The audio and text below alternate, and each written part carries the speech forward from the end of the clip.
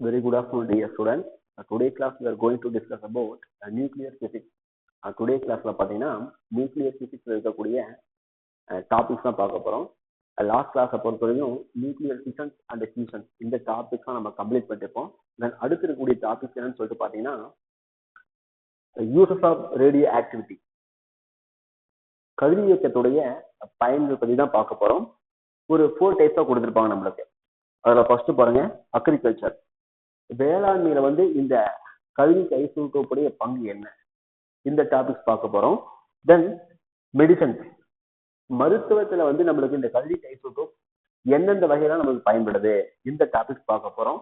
தென் industries, தொழிற்சாலையை பொறுத்தவரை நம்மளுக்கு ஐசோடோப் எந்த வகையில பயன்படுது, இந்த டாபிக்ஸும் பார்க்க போறோம். தென் லாஸ்டா பாத்தீங்கன்னா ஆர்கியாலஜிக்கல் ரிசர்ச். ஆர்கியாலஜிக்கல் ரிசர்ச்னா என்னங்க சார், தொல்லியல் ஆய்வுகள்ல கதிரியக்க ஐசோடோப்பின் பங்கு பற்றி பார்க்க போறோம். ஸோ தெளிவா கிளாஸ் கவனிங்க.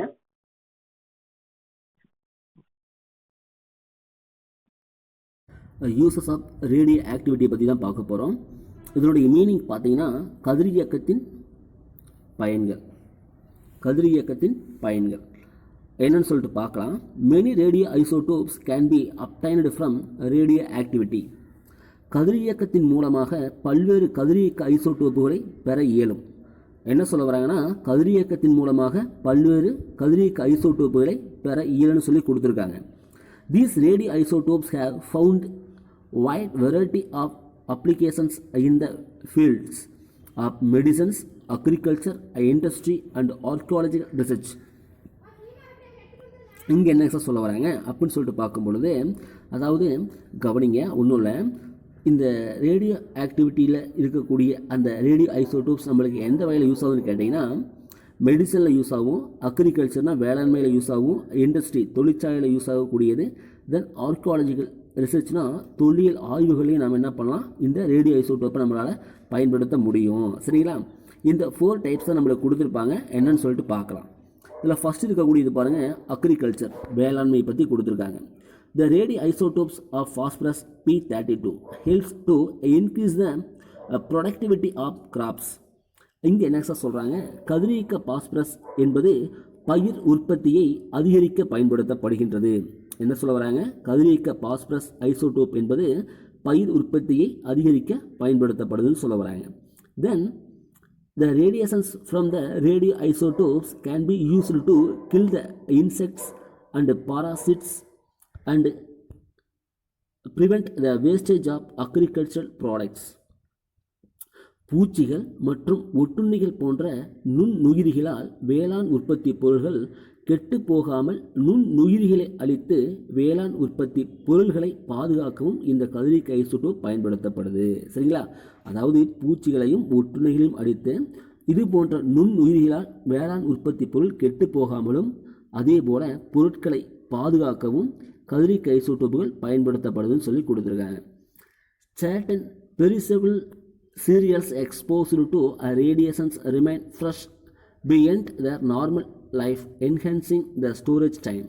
Listen, certain perishable cereals exposed to radiations remain fresh beyond their normal life, enhancing the storage time. என்ன சார் அப்படின்னு சொல்லிட்டு கேட்டிங்கன்னா, அதாவது சேமிக்கப்படும் சில வகை தானியங்களை கதிரியக்கத்திற்கு உட்படுத்தி அவைகளை நீண்ட நாட்களுக்கு அதே புதுத்தன்மையோடு பயன்படுத்திட இயலும்.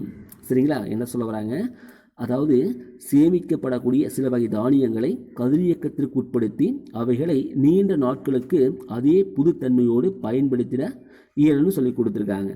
தென் very small dose of radiations prevent sprouting and spoilage of onions, potato and grams. ஓகேங்களா? என்ன சொல்கிறாங்கன்னா, very small dose of radiations prevent sprouting and spoilage of onions, potato and grams. அதாவது ஒன்றும் இல்லை, ஃபார் எக்ஸாம்பிள் இந்த வெங்காயம், தென் உருளைக்கிழங்கு ஆகியவற்றை கதிர்வீச்சைகளை கொண்டு என்ன பண்ண முடியும், அழுகி போகாமல் இருக்க செய்யவும், அதே போல் பருப்பு வகை தானியங்களை சேமிப்பு காலத்தில் முளைவிடாமல் பாதுகாக்கவும் பயன்படுத்தப்படுதுன்னு சொல்லி கொடுத்துருக்காங்க. சரிங்களா? ஓகே, தென் அடுத்து பாருங்கள், மெடிசனை பற்றி பார்ப்போம். Medical applications of radio isotopes can be divided into 2 parts. இங்கே என்ன சொல்ல வராங்கன்னா கதிரியக்க ஐசோடோப்புகள் மருத்துவத்துறையில் பார்த்தீங்கன்னா 2 வகையில் நம்மளுக்கு பயன்படுத்தப்படுது. ஃபஸ்ட்டு பார்த்தா என்ன கொடுத்துருக்கான்னு வச்சுக்கோங்களேன், டயக்னோசிஸ்னால் என்னங்க சார், நோய் அறிதல். தென் அடுத்து பார்த்தீங்கன்னா என்ன கொடுத்துருக்காங்க, அதாவது தெரப்பின்னு கொடுத்துருக்காங்க. தெரப்பினா என்னங்க சார், கதிரியக்க சிகிச்சைன்னு சொல்லுவோம். சரிங்களா, என்னன்னு சொல்லிட்டு பார்க்கலாம். Radio isotopes are used as tracers to diagnose the nature of the circulatory disorders of blood defects of bone metabolism to locate tumors etc. கவனிங்க என்ன கொடுத்துருக்காங்கன்னா, radio isotopes are used as tracers to diagnose the nature of circulatory disorders of blood defects of bone metabolism to locate tumors etc. அப்படின்னா இரத்த சுழற்சியில் உள்ள குறைபாடுகளை அறியவும், எலும்புகளில் வளர்ச்சிதை மாற்ற குறைபாட்டினை அறியவும், மூளையில் உள்ள கட்டிகளை அறியவும் கதிரியக்க ஐசோடோப்புகள் பயன்படுத்தப்படும் சொல்ல முடியும். அதாவது நம்முடைய இரத்த சுழற்சியில் இருக்கக்கூடிய குறைபாடுகளை அறியவும், எலும்புகளில் இருக்கக்கூடிய வளர்ச்சிதை மாற்ற குறைபாட்டினை அறியவும், மூளையில் உள்ள கட்டிகளை அறியவும் கதிரியக்க ஐசோடோப் பயன்படுதுன்னு சொல்கிறாங்க. Some of the radio isotopes which are used as traces are hydrogens, carbon, nitrogen, sulphur extra. இது மட்டும் இல்லாமல் ஹைட்ரஜன், கார்பன், நைட்ரஜன், சல்ஃபர் போன்ற சில கதிரியக்க ஐசோடோப்புகள் நோய்களை கண்டறிய பயன்படுத்தப்படும் சொல்ல வராங்க. அப்போ நோய்களை கண்டறியக்கூடிய ஐசோடோப் பார்த்தீங்கன்னா ஹைட்ரஜன், கார்பன், நைட்ரஜன், சல்ஃபர்னு சொல்ல முடியும். ரேடியோ சோடியம், அதாவது சோடியம் பாருங்கள் 24ன்னு கொடுத்துருக்காங்க. Is used for the effective functioning of heart. கதிரியக்க சோடியம் 24 பார்த்தீங்கன்னா இதயத்தை சீராக செயல்பட வைக்க உதவுதுன்னு சொல்ல முடியும். Used for the effective functioning of ஹார்ட்னா இதயத்தை சீராக செயல்பட வைக்க உதவக்கூடியது. Then radio iodine 131 is used to cure goiter. அதாவது காய்டர்னு நம்மளுக்கு தெரியும், முன் கழுத்து கடலை, இவற்றை குணப்படுத்த பயன்படுத்தக்கூடியதான் இந்த அயோடின். தென் ரேடியோ அயன்ஸ் கொடுத்துருக்காங்க. அதாவது இரும்புடைய ஐசோடோப் பார்த்தீங்கன்னா is used to diagnose anaemia and also to provide treatment for the same. அதாவது இரும்பின் ஐசோடோப் இரும்பு 59 எதுக்கு யூஸ் ஆகுதுன்னு கேட்டிங்கன்னா இரத்த சோகையை அடையாளம் காணவும் குணப்படுத்தவும் பயன்படுத்தப்படுகின்றன. தென் அடுத்து பாருங்கள், radio phosphorus is used in treatment of skin disease. அதாவது கதிரியக்க பாஸ்பரஸ் P32 தோல் நோய் சிகிச்சையில் பயன்படுத்தப்படுது. ஆல்ரெடி பார்த்துருக்கோம். பாஸ்பரஸ் P32 பார்த்தீங்கன்னா பயிர் உற்பத்தியிலையும் பயன்படுத்தப்படுது, இந்த தோல் நோய் சிகிச்சையிலையும் பயன்படுத்தப்படுதுன்னு சொல்லி கொடுத்துருக்காங்க. Then radio cobalt and radio gold are used in the treatment of skin cancer. அதாவது என்ன சொல்ல வராங்கன்னா ரேடியோ கோபால்ட் ஐசோடோப்பும் அதே போல் ஏயு அதாவது தங்கம் என்ற ஐசோடோப்பும் நம்மளுக்கு எது யூஸ் ஆகுதுன்னா அதாவது தோல் புற்றுநோயை குணப்படுத்த பயன்படுத்தப்படும் சொல்கிறாங்க. ஸ்கின் கேன்சர் வந்து எக்லாம் க்யூர் பண்ண பயன்படுத்தப்படக்கூடியதான் radio cobalt and radio gold. ஓகேங்களா. Then radiations are used to sterilize the surgical devices as they can kill the germs and microbes. ஒன்றும் இல்லை, என்ன சொல்லியிருக்காங்கன்னா அறுவை சிகிச்சைக்கு பயன்படுத்தப்படுகின்ற சாதனங்களில் காணப்படுகின்ற நுண்கிருமிகளை கதிரியக்கத்தின் மூலம் நீக்கி தூய்மை செய்யலாம். இப்போ அறுவை சிகிச்சையில் பயன்படுத்துகிறாங்களா சர்ஜிக்கல் டிவைஸ்னால் வச்சுக்கோங்க, ஒன்றும் இல்லை, அதாவது எக்கலாம் அறுவை சிகிச்சைக்கு பயன்படுத்தப்படுகின்ற சாதனங்கள்னு வச்சுக்கோங்களேன். இந்த சாதனங்களில் பார்த்தீங்கன்னா நுண்கிருமிகள் இருக்கும், அவற்றை எக்கலாம் நீக்குவதற்காக பயன்படுத்தப்படக்கூடியதான் இந்த ரேடியோ ஐசோடோப்னு சொல்ல முடியும். அதாவது ரேடியேஷன்ஸ் கதிரியக்கத்தின் மூலம் கண்டிப்பாக என்ன பண்ணலாம், தூய்மை செய்ய முடியும்னு சொல்லி கொடுத்துருக்காங்க. இது எல்லாமே மெடிசனில் பயன்படுத்தப்படுகின்ற ஐசோடோப்ஸ். தென் அடுத்து பாருங்கள், இண்டஸ்ட்ரியில் என்னெக்ஸாக பயன்படுத்துகிறாங்க, தொழிற்சாலையில் என்னெக்ஸாக பயன்படுத்துகிறாங்கன்னு சொல்லிட்டு பார்க்கலாம். In industries, radioactive isotopes are used as tracers to detect any manufacturing defect such as cracks and leaks.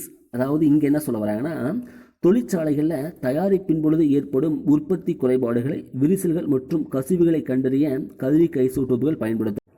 Then backing faults can also be identified through radioactivity.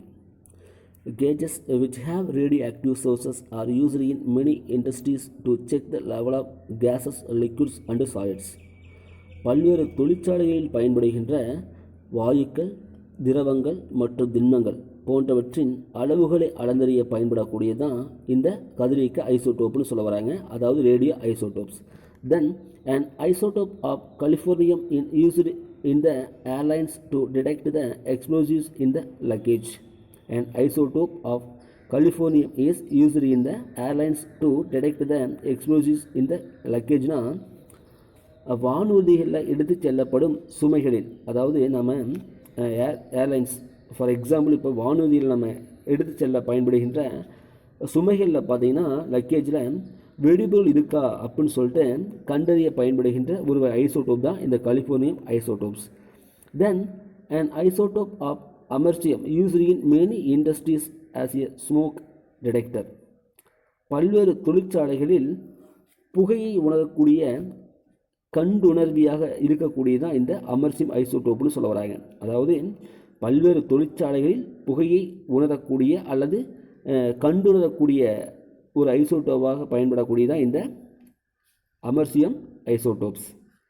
தென் அடுத்து பாருங்கள், லாஸ்ட்டாக இருக்கக்கூடியதான் ஆர்கியாலஜிக்கல் ரிசர்ச், தொல்லியல் ஆய்வை பற்றி கொடுத்துருக்காங்க. Using the technique of radio carbon dating the age of the earth, fossils, old paintings and movements can be determined. Listen, using the technique of radiocarbon dating the age of the earth, fossils, old paintings and movements can be determined. அதாவது கதிரியக்க carbon வயது கணிப்பு நுட்பத்தை பயன்படுத்தி பூமியுடைய வயது, அதே போல படிம பொருள்கள், பழமையான ஓவியங்கள் மற்றும் நினைவிடங்கள் ஆகியவற்றின் வயதினை என்ன பண்ண முடியும், கண்டறிய முடியும். அதாவது எக்கில் பாருங்கள், கார்பன் டேட்டிங்னா அதாவது கார்பன் வயது கணிப்பு நுட்பம், ஓகேங்களா. இந்த நுட்பத்தை பயன்படுத்தி என்ன பண்ண போகிறோம், பூமியுடைய வயது. தென் ஃபசில்ஸ், படிம பொருள்கள், ஓகேங்களா, படிம பொருளை பற்றி எக்கில் கண்டறிய போகிறோம். தென் ஓல்டு பெயிண்டிங்ஸ் அண்ட் மூமெண்ட்ஸ்னால் பழமையான ஓவியங்கள் மற்றும் நினைவிடங்கள் போன்றவற்றுடைய வயதினை கண்டறிய பயன்படக்கூடியதான் இந்த கார்பன் ஐசோடோப்ஸ். தென் அடுத்து பாருங்கள், in radio carbon dating the existing amount of radio carbon is determined and this gives and estimate about the age of these things. இங்கே என்ன சொல்ல வராங்கன்னா, கார்பன் வயது கணிப்பு மூலம் பொருள்களில் பொதிந்துள்ள கதிரியக்க கார்பனுடைய அளவை கொண்டு அவற்றின் வயதினை கண்டறிய முடியும். அதாவது ஒன்றும் இல்லை, ஒரு பொருளில் இருக்கக்கூடிய கார்பனுடைய அளவை வைத்து என்ன பண்ண முடியும் நம்மளால், அது எத்தனை ஆண்டுகள் ஏற்கலாம் பழமையானதுன்னு சொல்லிட்டு நம்மளால் கணிக்க முடியும்னு சொல்லி தான் இந்த ஆர்கியாலஜிக்கல் ரிசர்ச் இந்த டாபிக்ஸில் நம்மளுக்கு ஐசோடோப்புடைய யூசஸ் பற்றி கொடுத்துருக்காங்க. சரிங்களா. ஸோ இந்த டாபிக்ஸோட நம்ம இந்த வகுப்பை கம்ப்ளீட் பண்ணுவோம். தென் அடுத்து இருக்கக்கூடிய டாபிக்ஸோட மீண்டும் சந்திக்கலாம். Thank you dear students.